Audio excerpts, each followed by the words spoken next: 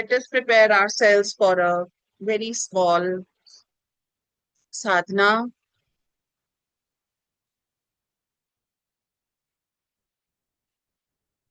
Sit with your spine straight and close your eyes. Body should be totally relaxed, but spine has to be erect. आपकी रीढ़ की हड्डी बिल्कुल सीधी रहे, शरीर एकदम ढीला, आंखें बंद, किसी भी कंफर्टेबल पोजीशन में बैठ जाएं।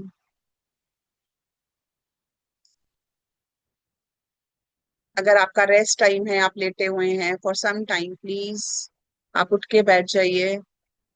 रीढ़ की हड्डी एकदम सीधी, शरीर एकदम ढीला, आंखें बंद, हाथ आसमान की तरफ खुले हुए आपके नीज के ऊपर।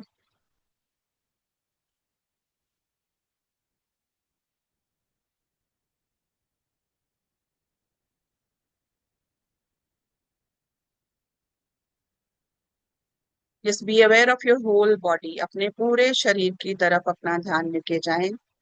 अपने आप को बैठा हुआ देखें बाहर से। Just see yourself sitting from outside with your closed eyes. Make sure the spine is erect, the body is completely relaxed. आपकी रीढ़ की हड्डी एकदम सीधी हो, आपका शरीर एकदम ढीला हो। अब अपना ध्यान अपने सांसों पर लेके आएंगे। Just be aware of your breath.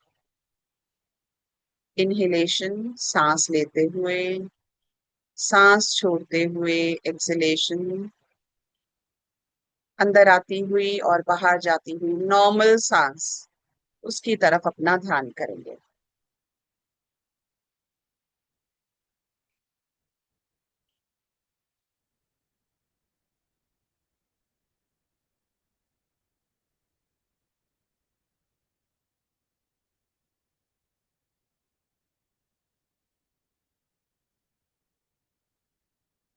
Just feel the air moving inside your nose as you inhale and exhale. सांस लेते और छोड़ते हुए सांसों की जो गति है आपके नाक के अंदर, उसको महसूस करें।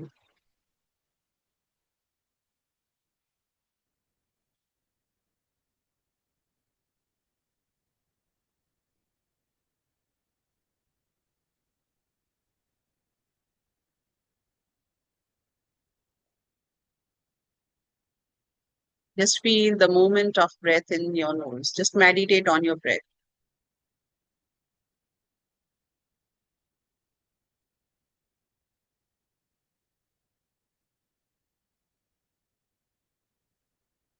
शरीर एकदम ढीला, शोल्डर एकदम रिलैक्स्ड, और आपका ध्यान आपके सांसों की ओर।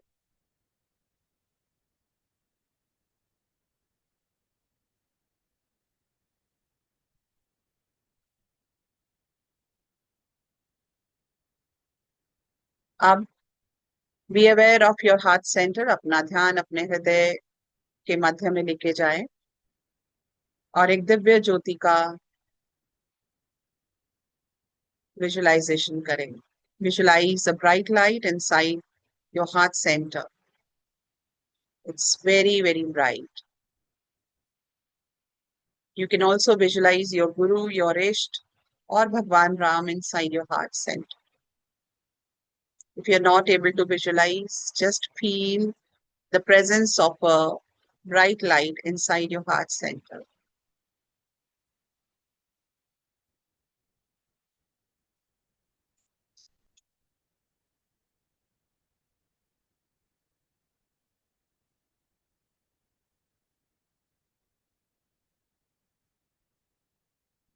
Now bring your awareness to your crown center.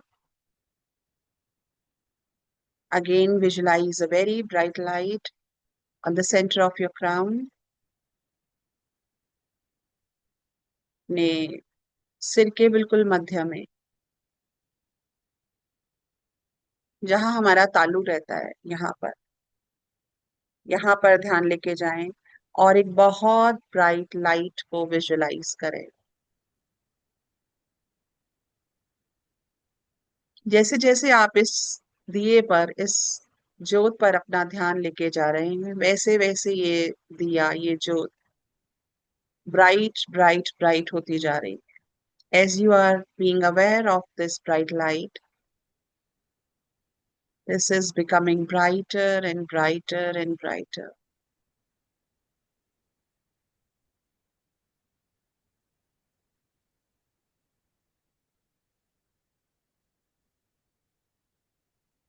इस दिए में अपने गुरु का, अपने इष्ट का या भगवान राम का विजुलाइजेशन करें. Just visualise your Guru, your इष्ट और भगवान Ram inside this bright light.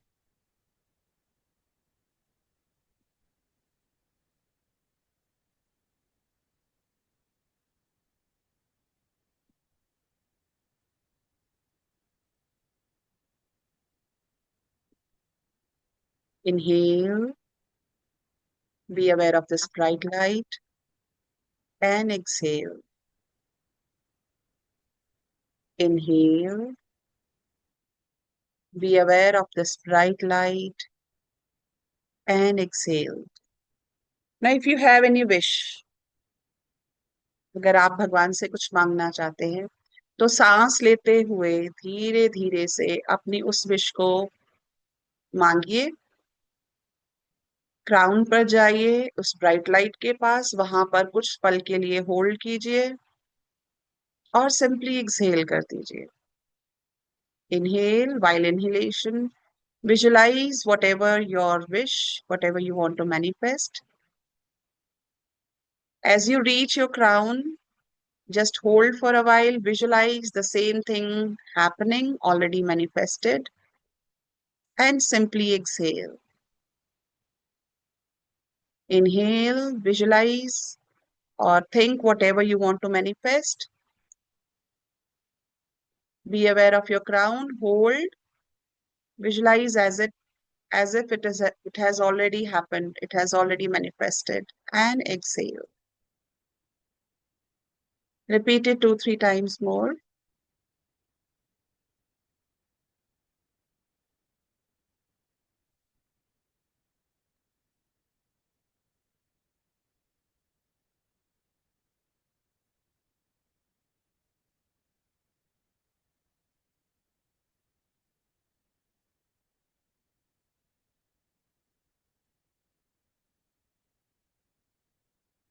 Slowly and gently move your hands and fingers. Move your feet a bit. Smile. Slowly and gently open your eyes.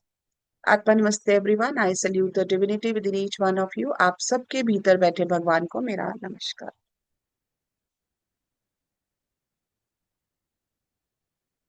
So page number is 39.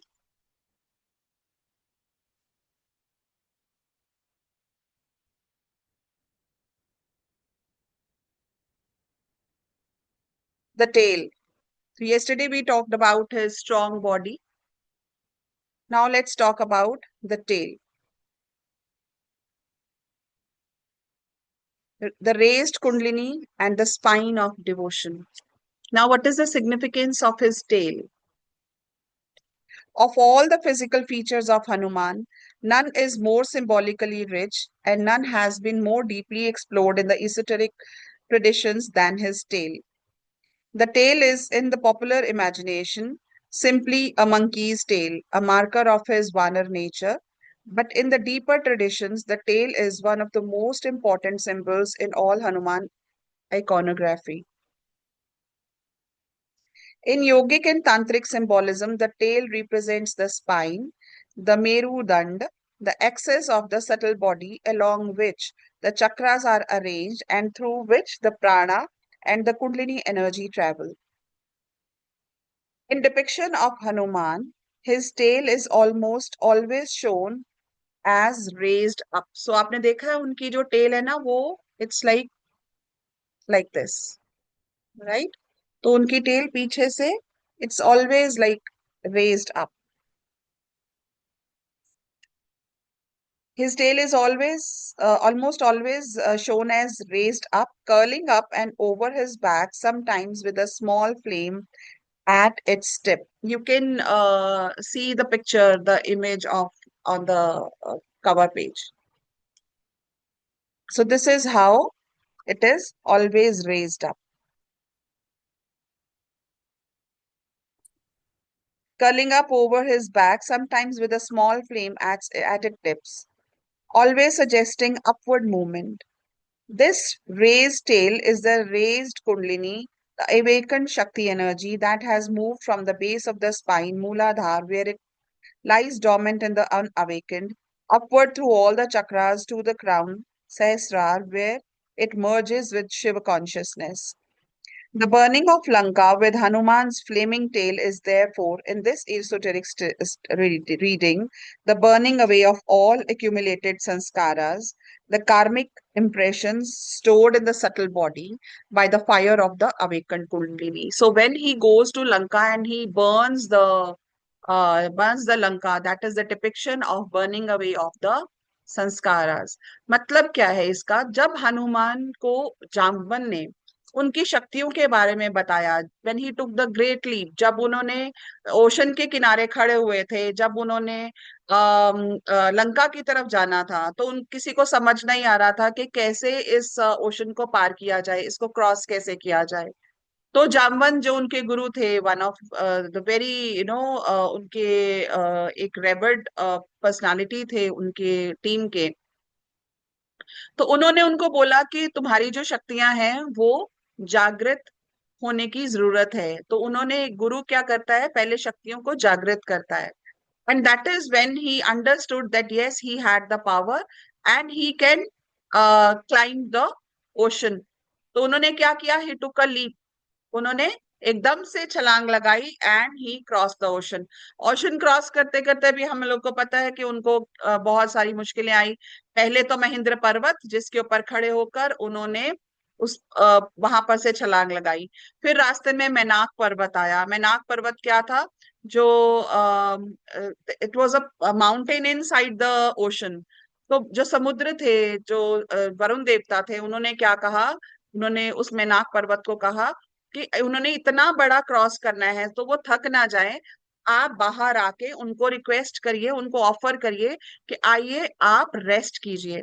अब इसका मतलब क्या है कि जब भी हम लोग अपने कर्मों को क्रॉस करने के लिए, हम अपने कर्मों को, पापों को धोने के लिए जब भी ट्राई करते हैं, तो रास्ते में कोई ऐसी चीजें आती हैं जो हमें रोकती हैं कि रुक जाओ, थोड़ी देर बाद में कर लेना, मेडिटेशन कोई बात नहीं, कल कर लेना।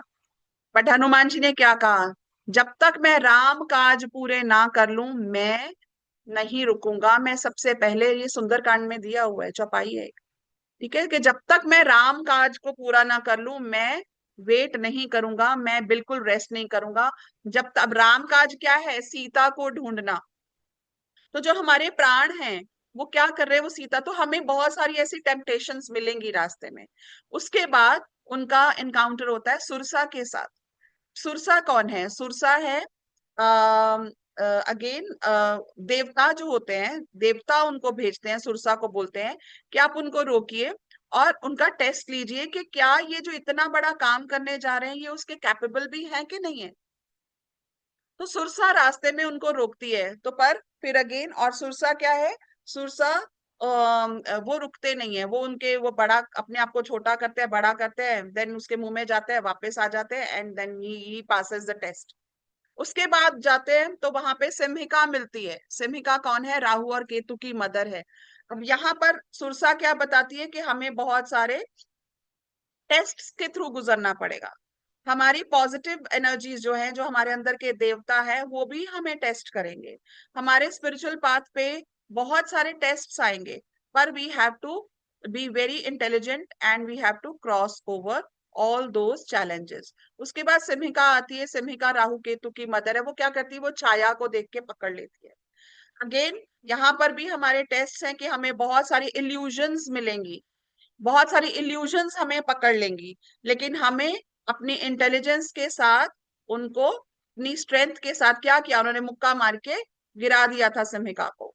तो उनको क्या करना है, उनको हम लोगों को क्रॉस करना है। सो ये सारे हमारे लेसन है। देन वो वहां पहुंच जाते हैं, फिर वो वहां पर खड़े होके देखते हैं। देन ही सारा वो देखते हैं, लंका बहुत सुंदर है, और लंका में बहुत सारे अलग अलग पक्षी हैं, सुंदर सुंदर बाग हैं, बहुत सारे फूल खिले हुए हैं, भवरे गा रहे हैं। This is all there in Sundarkand. Sundarkand में सारा बहुत अच्छे से एक्सप्लेन किया हुआ है इसको। एंड देन व्हाट हैपेंस, वो जब उसको देखते हैं तो वहां पर लंकिनी आ जाती है। लंकिनी कौन है? Lankini is the you can say Nagar Devi.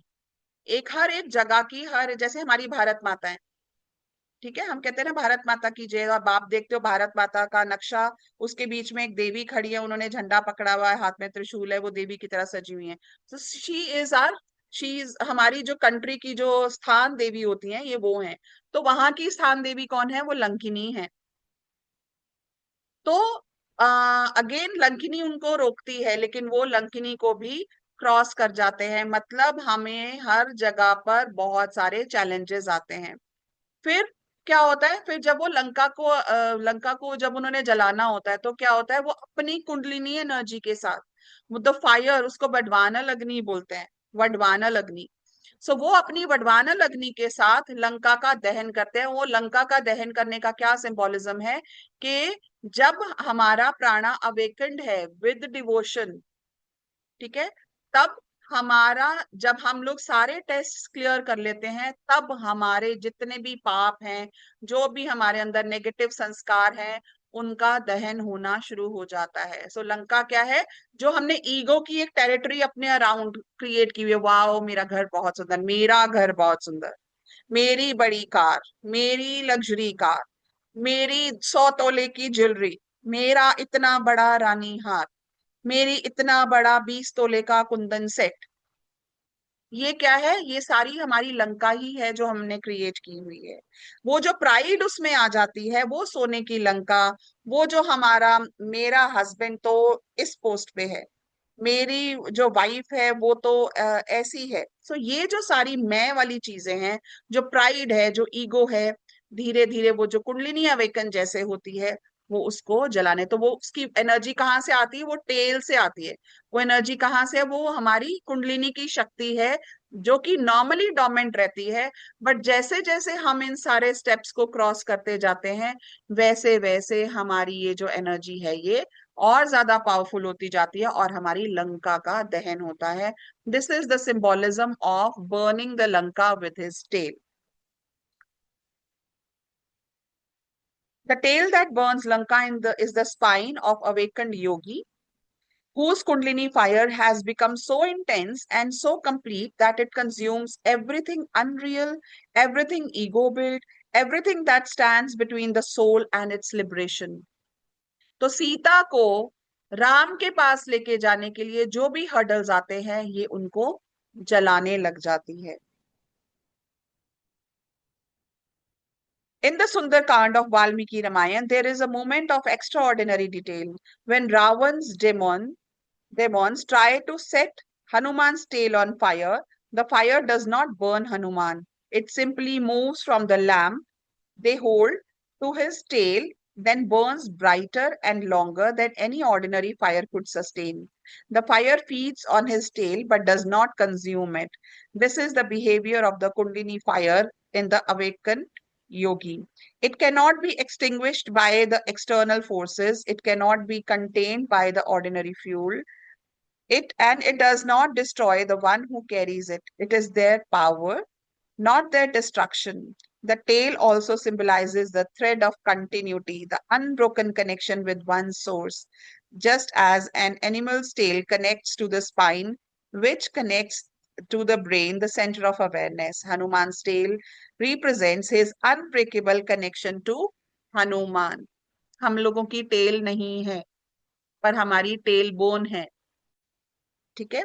With the evolution, हम डार्विन्स थ्योरी पढ़ते हैं, विद आर एवोल्यूशन हमारी tail, because it was no more required, so वो खत्म हो गई है, ठीक है। But the tail bone, near the tail bone, the kundalini energy is residing, which is normally for common people it is in dormant state.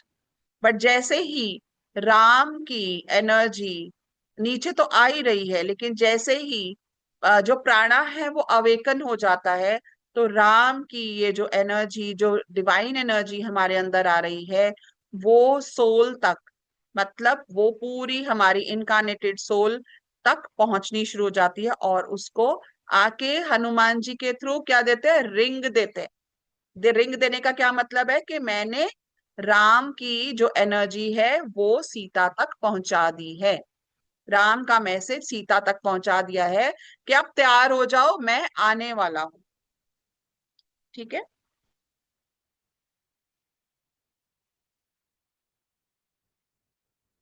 This is the fire feeds on his tail but does not consume it. This is the behavior of Kundalini fire in the awakened yogi. It cannot be extinguished by external forces. It cannot be contained by ordinary fuel. It does not destroy the one who carries it. It is their power, not their destruction. अच्छा, ये हम पढ़ चुके थे। आगे। Just as an animal's tail connects to the spine, which connects to the brain, the center of awareness, Hanuman's tail represents his unbreakable connection to Ram. No matter how far Hanuman travels, how deep into enemy territory he goes, how distant from Ram's physical presence he is, the tail, the connection remains.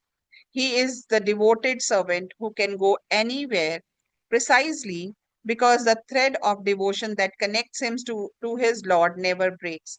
In the Ram Darbar tradition and in many temple images, Hanuman's tail wraps around him like a protective mantle, sometimes shown encircling the entire scene, sometimes held in one hand like weapon, sometimes used as a seat for the smaller figure of Ram.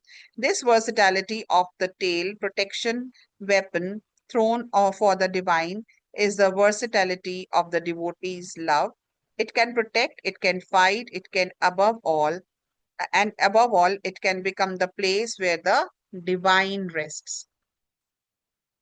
So the tail is actually the depiction of the activated or awakened Kundalini energy in Hanuman ji. Then is the mace. अब उनका जो गदा है, the force of dharma. अब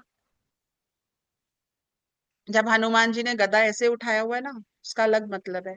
जब हनुमान जी ने गदा ऐसे नीचे रखा हुआ है ना, उसका अलग मतलब है। Hanuman's mace is a weapon of Vishnu, specifically modeled on the Kamodaki Gada that Vishnu carries. That Hanuman carries this weapon is itself a theological statement. He who serves Vishnu's avatar, Ram, carries Vishnu's own weapon. He is not merely Ram's servant, he is the executor of Vishnu's dharmic will in the world. So, why he is here with Ram? ताकि जो विष्णु भगवान का जो एक जो उनका काम है, जो राम काज है, उसको वो पूरा करे, तभी राम काज करीबे को आतुर। The mace as a weapon is distinct from all other weapons in an important way. It does not cut, pierce, or poison. It applies direct, concentrated force to what must be broken. It is the weapon of truth that meets falsehood with absolute, unhesitating impact. There is no subtlety in the maze, no trick, no deception, no strategy. Just the pure force of dharma meeting adharma directly, completely, without apology. This is the Hanuman's way. He does not argue with evil, does not negotiate with it, does not try to reform it through persuasion. He simply applies the force of Ram's truth through the instrument of the Gada until the false is broken. तो हमारे अंदर भी जितनी भी false pride है, egos हैं, anger है, उसको जो है वो हनुमान जी ब्रेक कर देते हैं, जैसे जैसे हम उनकी साधना करते जाते हैं। जैसे इट इज सेड, जिस देवता की आप साधना करते हो, जिस डेटी की आप एनर्जी को इन्वोक करते हो, धीरे धीरे slowly you start becoming that deity, you start to आप उनकी इमेज में आ जाते हो। सो आप में फिजिकल स्ट्रेंथ बढ़ जाएगी, आप में डिवोशन बढ़ जाएगी, राइट, आप में विजडम बढ़ जाएगी, आप में ज्ञान बढ़ जाएगा, राइट। सो बल बुद्धि विद्या देह मोहि हरहु कलेश विकार। तो ये सारा जो है, बल बुद्धि विद्या देकर हरहु कलेश विकार, तो जितने भी कलेश हमारे हैं और जो भी हमारे अंदर विकार हैं, जो भी हमारे अंदर डिस्टॉर्शंस हैं, उनको खत्म करने लग जाते हैं जैसे जैसे हम उस डेटी को करते हैं। So this is what the gada also does, right. The open chest Anahata revealed. The iconic image of Hanuman tearing open his own chest to reveal Ram and Sita enthroned within the deepest and most theologically complete of all the symbols associated with his form. We explored this in chapter 18 in context of Ram Darbar Swarup. अब राम दरबार क्या है ये हम 18 chapter में पढ़ेंगे. But here we add the specific anatomical spiritual dimension. The chest, the heart center, is the yogic tradition, the seat of Anahat Chakra, the fourth energy center associated with air element, Vayu that is Hanuman's own essence, with the quality of unconditional love, with the sound that Anahat unstruck. अनाहत का मतलब क्या है? जिसको आहत नहीं किया जा सकता, जिसको डिस्टर्ब नहीं किया जा सकता, that is Anahata. That is the literal meaning of Anahata. The primordial sound that arises without any two things striking together, the sound of consciousness itself in its natural, undisturbed state. Anahat chakra is the meeting point of the lower three chakras: earth, water, and fire, the material and emotional dimensions. Per three, space, light, and thought, spiritual dimension. It is the bridge between the matter and the spirit within the human body. So, three chakras below, three chakras above. So, the central chakra is heart chakra. That is the connection between, that is basically the bridge between these two. This is what we talk about in um, uh, pranic healing, also in Twin Hearts meditation. When Hanuman tears open his chest, he is opening the Anahat Chakra to its fullest possible aperture, removing every last obstacle between the inner life and the divine.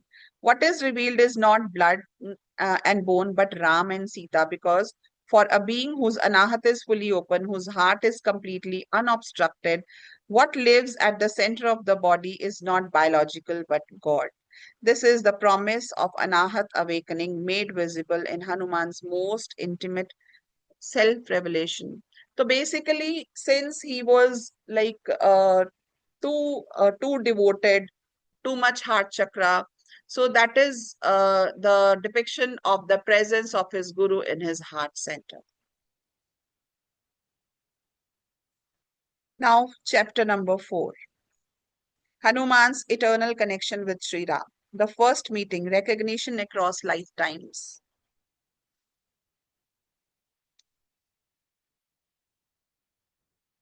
When Sri Ram and Lakshman were wandering in the Kishkinda forest, searching for Sita after his abduction by Ram, Sugriv, the exiled Vanar king, saw them from the mountain and was suspicious.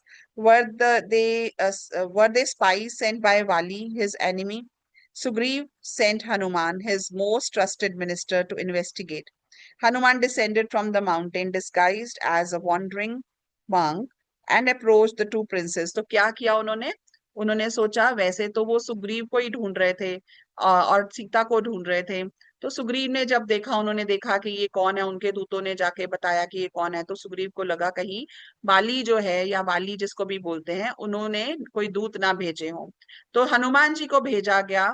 तो हनुमान जी एक साधु का, एक पंडित का रूप बदल के तो राम और लक्ष्मण को मिलते हैं. The moment he stood before Ram, something happened that no disguise could conceal and no strategy had prepared for: recognition. Not the recognition of a stranger meeting someone for the first time, but the recognition of a soul meeting its own purpose. Hanuman saw Ram and knew, in the way that the soul knows, below thought and before language, that this was the one who had been born to serve.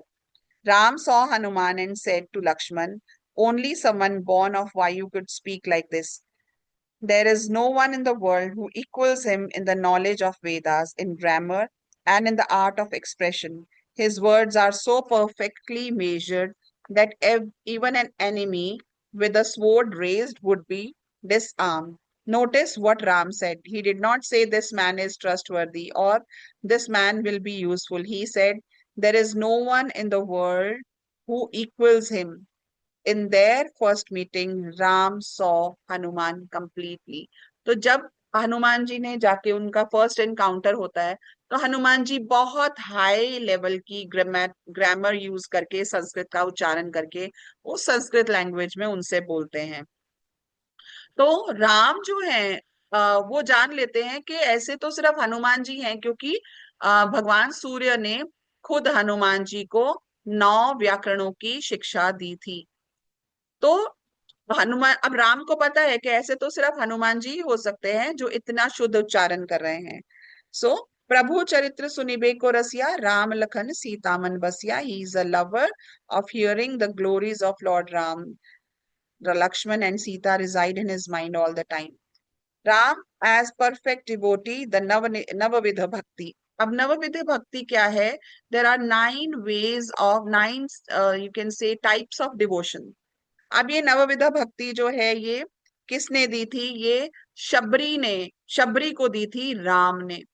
तो अभी इसका आगे भी है, हम लोग पढ़ते हैं इसको, बहुत अच्छा है। नवविधा भक्ति काफी इसको मैंने डिटेल में दिया है।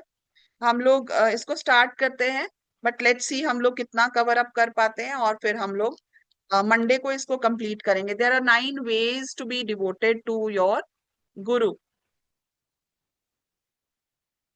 Bhagavad Puran describes 9 forms of devotion, the Navavidha Bhakti, as the complete map of soul's relationship with God. But before we place Hanuman within this map, we must understand where this teaching was most completely and most movingly transmitted in the Ramayana itself, at the hermitage of Shabri on the banks of Pampa Lake, when Ram himself sat before a humble, aged, low caste woman and gave her the gift of spiritual philosophy's highest teaching. अब हम लोग story सुनते हैं शबरी की। क्या story है? कहाँ से ये नवविध भक्ति कहाँ से आई है? Shabari was a woman of Bhil tribe, considered low caste and outcast by the society of her time. She had been abandoned as a girl by her own community when she refused to accept the mass slaughter of animals at her betrothal ceremony, running away into the forest in grief and protest. She found the ashram of great sage Matanga Rishi. तो क्या होता है, इनकी शादी की जाती है, और ये शादी नहीं करना चाहती हैं क्योंकि इनकी शादी पे बहुत ज्यादा बलियां दी जा रही थी। ठीक है, बहुत ज्यादा एनिमल्स को मारा जा रहा था। तो ये उसको एक्सेप्ट नहीं कर पा रही थी, क्योंकि उनकी जो ट्रेडिशन थी उसमें ये रिचुअल हुआ करता था। But she never accepted that ritual and she ran away. She never wanted to get married to this particular person, so she ran away. और वो भागती भागती जंगल में, वहां पर मातंग ऋषि का आश्रम था, और वो मातंग ऋषि के आश्रम में पहुंच जाती हैं। Though she could not be formally initiated due to her caste, she serve the ashram with such wholeness of heart, sweeping, fetching water, gathering flowers, maintaining the sacred space, that Matang Rishi recognized her extraordinary devotion. तो क्या हुआ कि क्योंकि she did not belong to Brahmin category, सो उनको उस level की वो दीक्षा नहीं दी गई, but she was all happy doing all the works in the ashram. वो वहां पर सेवा करती थी, फल फूल लेके आती थी, वहां का जो जगह थी उसकी सफाई अच्छे से रखती थी। तो उन्होंने अपने आप को पूरा डेडिकेट कर दिया था in the service of Matang Rishi. फिर जब मातंग ऋषि को जाना था, तो उन्होंने let's read Matang, that Matang Rishi, okay, before he left his body, Matang Rishi told Shabri, wait here, Ram will come to you. जब इन्होंने जाना था ना, तो शबरी वॉज लिटिल सेट, और उन्होंने मातंग ऋषि को कहा कि आप जा रहे हैं तो मैं भी आपके साथ ही अपने प्राणों का त्याग कर दूंगी। तब उन्होंने कहा, नहीं, अभी तुम्हारा काम पूरा नहीं हुआ है, अभी तुम यहाँ पर वेट करो, यहाँ पर श्री राम आएंगे, तुम्हें उनको सुग्रीव का रास्ता दिखाना है, तुम्हें उनको अगला रास्ता दिखाना है। तो तुम्हारा जो पर्पस ऑफ लाइफ है, अभी पूरा नहीं हुआ है. You have to wait here until he comes. So he will come to you, Ram will come to you, he will find you, serve this place until he arrives. This was an extraordinary promise. Ram was not yet born when it was made. और जब ये बात कही थी तब अभी राम पैदा भी नहीं हुए थे. And Shabri waited for decades for what some traditions say were for many years alone in the ashram after all the other disciples had departed, maintaining it with the same devotion with which she had always served, gathering fresh flowers and berries each day, tasting them to ensure only the sweetest reached her lord. अब उनको क्या पता था? उनको नहीं पता था कि अभी राम तो पैदा भी नहीं हुए. अब उनके गुरु बोल के गए थे कि तुम्हें वेट करनी है. तो हर रोज वो क्या करती थी? वो जंगल जाती थी, वहां से फूल लाती थी, वो रास्ता सजाती थी, पता नहीं कब राम आएंगे, कब वो आएंगे. अगर वो आएंगे, वो भूखे होंगे तो मैं उनको बेर खिलाऊंगी. तो वो रोज बेर तोड़ के लाती थी, वो रोज फल तोड़ के लाती थी, फिर उनको टेस्ट करके रखती थी. कहीं ये बेर खट्टे तो नहीं है, भगवान आएंगे, कहीं उनको मैं खट्टे बेर तो नहीं दे दूंगी, उनको हर फ्रूट मीठा जाए. Completely unconcerned with the convention that a devotee should not taste what is offered before the deity receives it, acting only from the love that could not bear to offer anything but the best. When Ram and Lakshman finally arrived at Shabri's hermitage, weary, searching for Sita, moving through the forest that was still fragrant with the memories of Matang Rishi's presence, Shabri offered them the tasted berries. Lakshman hesitated, aware of the convention, but Ram accepted them immediately, eating them with visible joy, saying they were the sweetest fruit he had ever tasted because, because they were. Not because of the fruit, but because of the love with which each berry had been tasted and selected. तो क्या था, लक्ष्मण को लगा ये झूठे बेर क्यों खाई जा रहे हैं भगवान राम, तो उन्होंने थोड़ा हेसिटेट किया. बट राम ने कहा कि वो बेर सबसे टेस्टी है, आज तक उन्होंने जितने भी फ्रूट्स खाए हैं सबसे टेस्टी ये बेर है. नॉट बिकॉज वो बेर टेस्टी थे, but because with the love with which Shabri offered that food or that to him, that made him these berries tasty. Shabri wept. She had waited for a lifetime for this moment, and it was exactly what she had waited for. It was here in this charged atmosphere of pure devotion fulfilled that Ram spoke to Shabri about the Navavidha Bhakti, not in a lecture hall, not to scholars, but to a tribal woman who had waited alone in the forest for decades, sustained by nothing but certainty of love. Ram chose this moment and this person to deliver the teachings because Shabri herself was the living proof of every word he was about to speak. तो क्या है, उन्होंने devotion क्या है, अब उनकी devotion ही तो थी, शबरी की डिवोशन ही थी कि वो इतनी सालों तक, for decades she waited for Hanuman, for Ram to arrive. She every day इस उम्मीद में कि भगवान आएंगे. तो वो रोज क्या करती थी, जंगल में जाती थी, वहां से फूल लेके आती थी. And she lived all alone there, जबकि सारे जो बाकी लोग रहने वाले थे आश्रम में वो सब जा चुके थे. सिर्फ शबरी जो थी वो वेट कर रहे थे. किसके लिए वेट कर रहे थे? राम के लिए. So this was the Heights of devotion that Shabari showed. And इसलिए भगवान राम ने उनको नवविध भक्ति क्या होती है, उसके जो 9 नवविध मतलब 9 विधियां भक्ति की क्या है, तो वो भगवान राम ने उनको बताई. नवविध भक्ति मोहि अति प्रिय, सुनहु शबरी में के ही विधितीय. The 9 forms of devotion are supremely dear to me. Listen, Shabri, as I describe them. This is from Ramcharitmanas Aranyakand, Ram speaking to Shabri.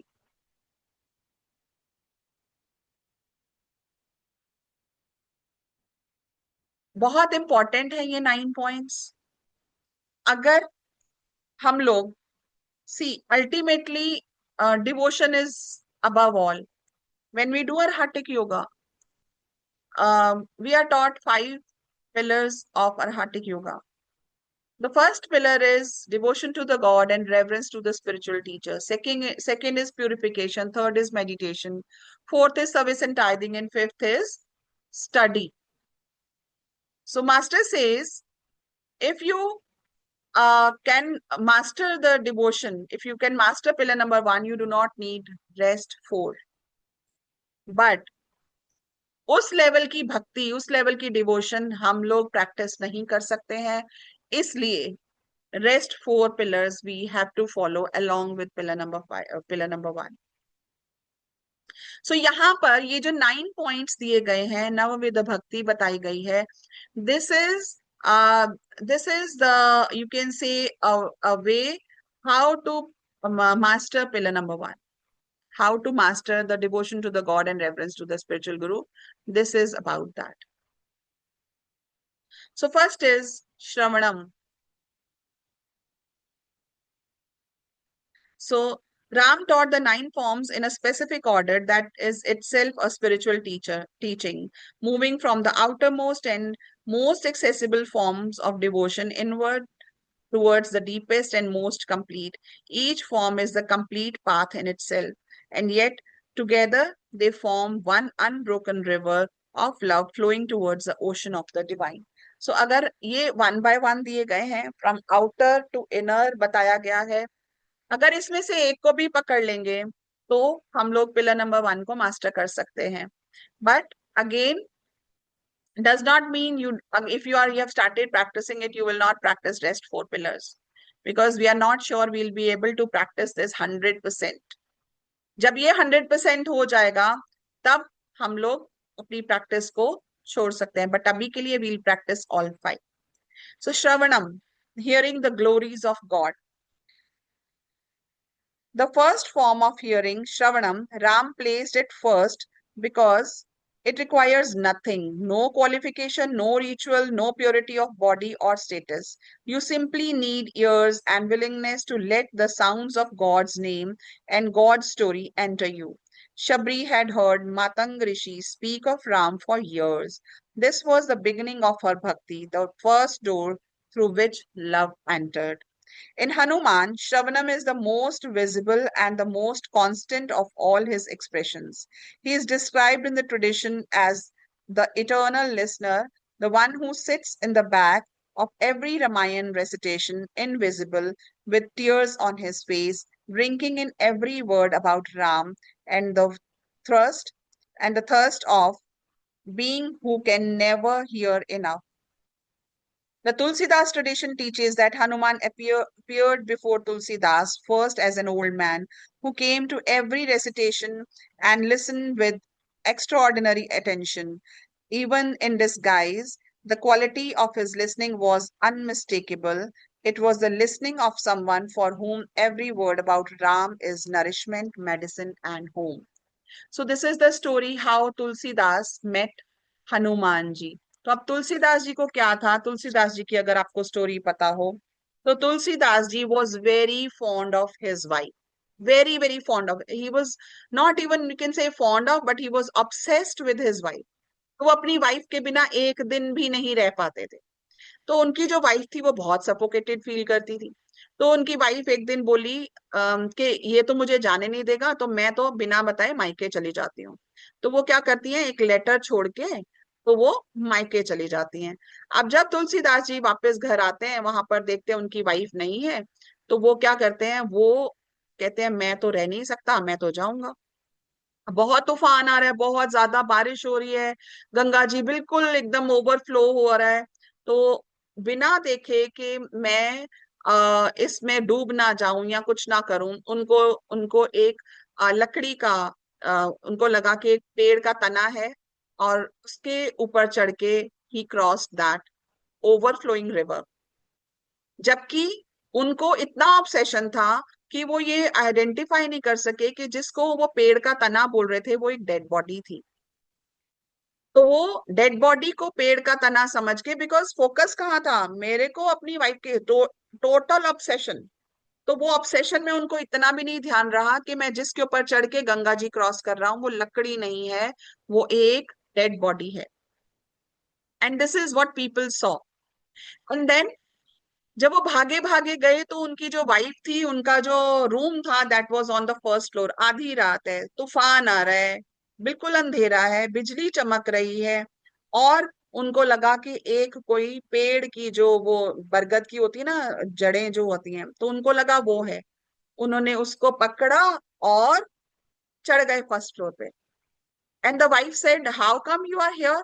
आप ऊपर कैसे चढ़े? कहते वो पेड़ का जड़ें लटक रही थी। तो उन्होंने कहा यहाँ तो कोई पेड़ ही नहीं है। और जब उन्होंने खिड़की से झांक के देखा तो एक सांप था, जिसको उन्होंने पकड़ के, और वो जो थे ऊपर चढ़ गए। नाउ द वाइफ, उसको और ज्यादा परेशानी हो गई। फिर उन्होंने खूब जली कट्टी सुनाई तुलसीदास जी को। उन्होंने कहा, जितना ऑब्सेशन आपको मेरे से है ना, अगर उतना ऑब्सेशन, उतनी उतना ध्यान आप भगवान राम के ऊपर लगाते ना, तो आपको भगवान राम मिल जाते। ये जो आप कथाएं करते हो, ये जो आप इतना कुछ लिखते हो भगवान राम, आप कहते हो मुझे भगवान राम को मिलना है, आप में ऑब्सेशन तो मेरे मेरे को पाने का है, मेरे साथ रहने का है। यही ऑब्सेशन अगर आप भगवान राम को पाने के लिए अपनी एनर्जी को यूज करोगे, आपको भगवान मिल जाते। बट आपने तो ये सारी एनर्जी मेरे ऊपर लगा दी। That day turned hill turned him towards this thing। उसके बाद उन्होंने अपनी सारी एनर्जी जो थी वो राम कथा में, राम को ढूंढने में शुरू कर दी। तो वो रोज जाते थे, एक पीपल का पेड़ था वहां पर, वो रोज जाते थे, वो जल चढ़ाते थे वहां पर। और उस पेड़ के ऊपर एक प्रेत रहता था। There was a ghost, a brahm rakshas who used to live there. और वो एक दिन ब्रह्म राक्षस जो था वो प्रकट हो गया उनके आगे।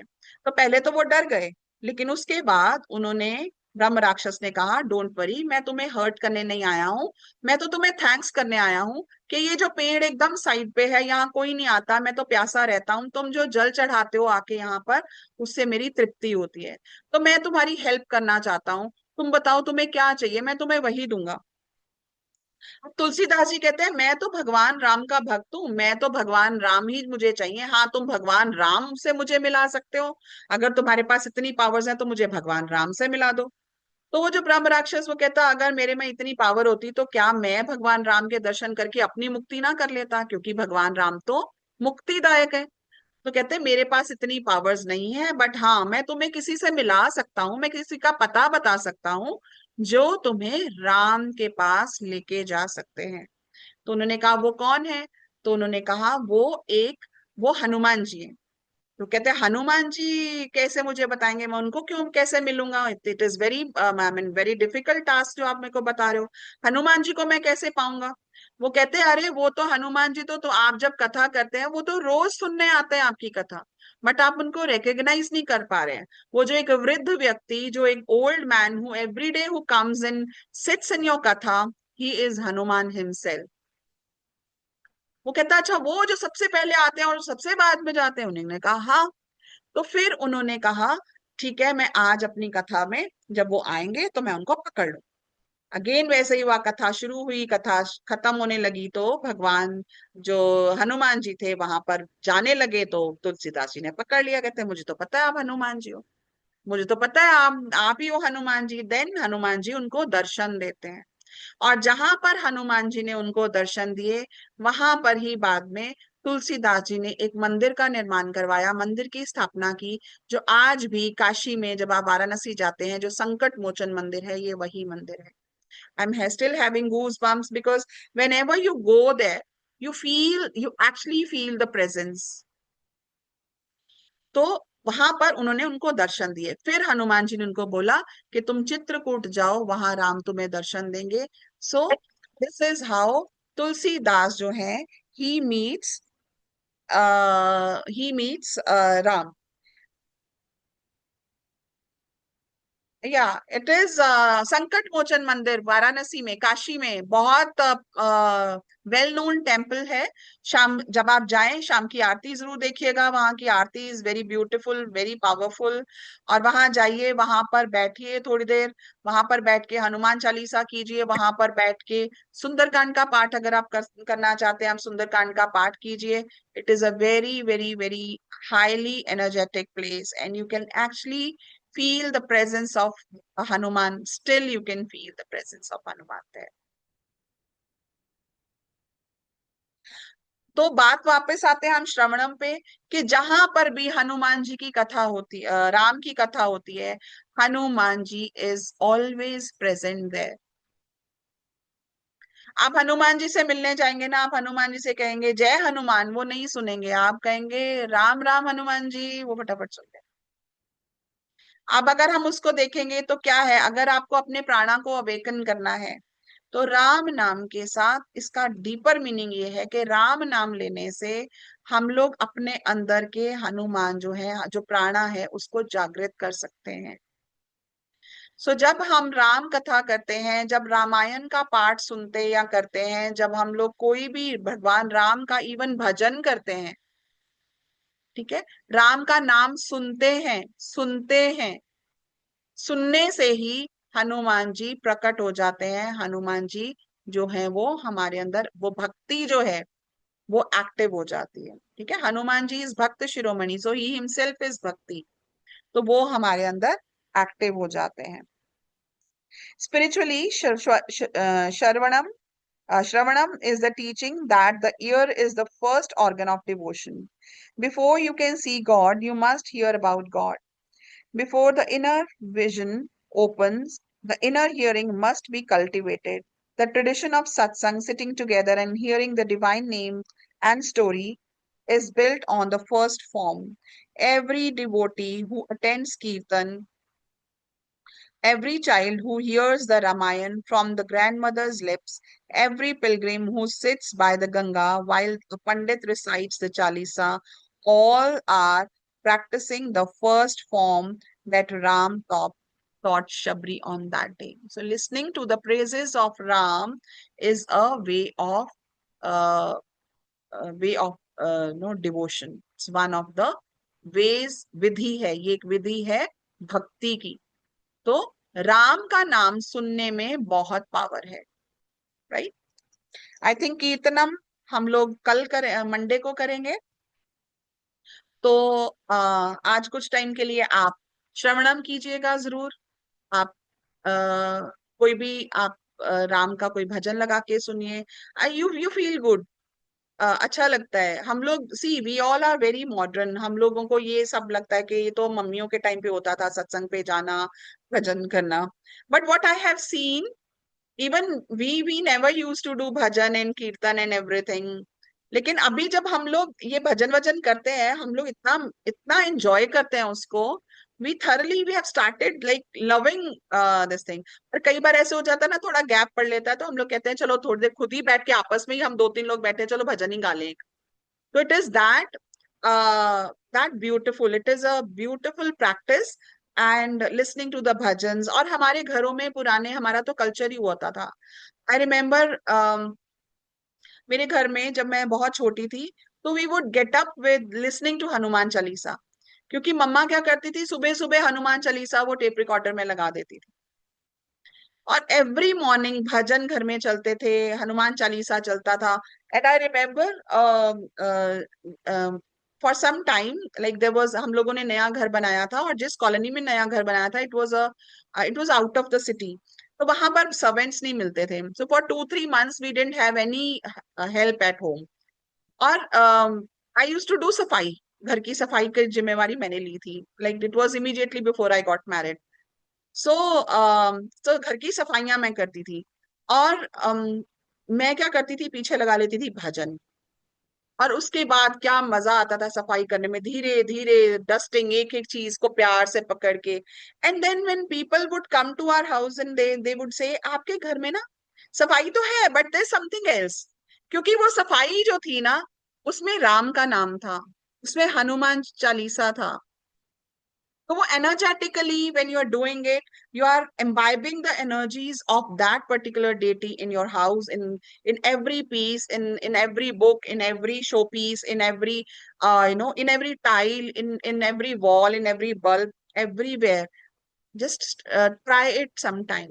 You will feel the difference.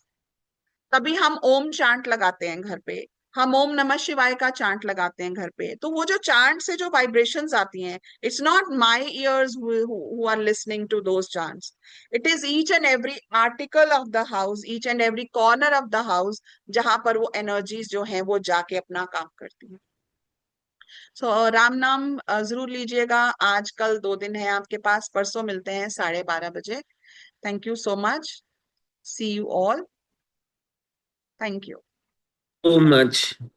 Thank you दीदी, बहुत थैंक मजा आया। I really enjoyed every moment. Thank you so much. Thank you दी, thank you, thank okay, thank what I you. Will do, मैं बाकी की जो आप भेजोगे वर्किंग डेज वाले, वो मैं रात को जरूर सुन के सोया करूंगी। यू दी। ठीक है, ठीक है, ठीक है, sure. Thank you so much, God bless okay, you. Okay. Thank you so much. Thank you. आत्मा